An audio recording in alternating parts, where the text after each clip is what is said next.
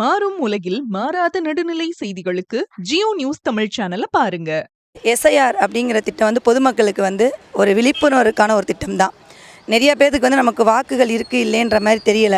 எந்த கட்சி வருது, எந்த கட்சி ஆளுது அதெல்லாம் அப்புறம் சார். நம்மளோட வாக்காளர்களை சரிபார்க்கணும்.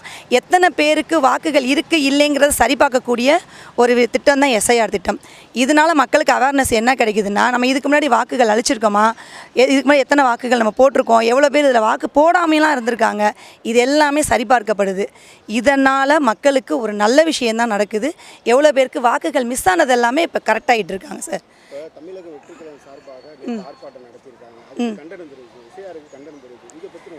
சார், எஸ்ஐஆருக்கு கண்டனம் தெரிவிக்க வேண்டிய அவசியமே இல்லையே சார். ஏன்னா இது நல்ல ஒரு விஷயம் தானே. 2005 இப்போ வரைக்கும் எவ்வளோ பேர் வாக்குகள் அளிச்சிருக்காங்க, எவ்வளோ பேர் வாக்குகள் வராமல் இருக்குது. இது எந்த கட்சி வந்தாலுமே அவங்களுக்கு நல்ல விஷயம் தானே. எந்த ஆட்சி வந்தாலும்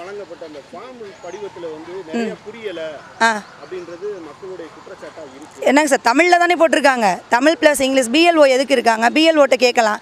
இப்போ இன்னொரு விஷயம் என்ன நடக்குதுன்னா, பிஎல்ஓ பக்கத்தில் மற்ற கட்சிக்காரவங்களை, அது சம்மந்தப்பட்ட கட்சிக்காரவங்களை எல்லாருமே உட்காந்து மக்களையும் சேர்த்து குழப்பிட்டு இருக்காங்க, பிஎல்ஓவையும் சேர்த்து குழப்பிட்டு இருக்காங்க.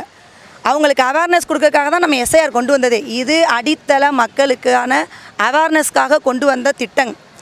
இதையுமே அரசியலாக்கப்பட்டு இருக்கு. மக்களுக்கு நல்லா இருக்குது. என்னோடய நேம் ஜெயசுதா சண்முகம்.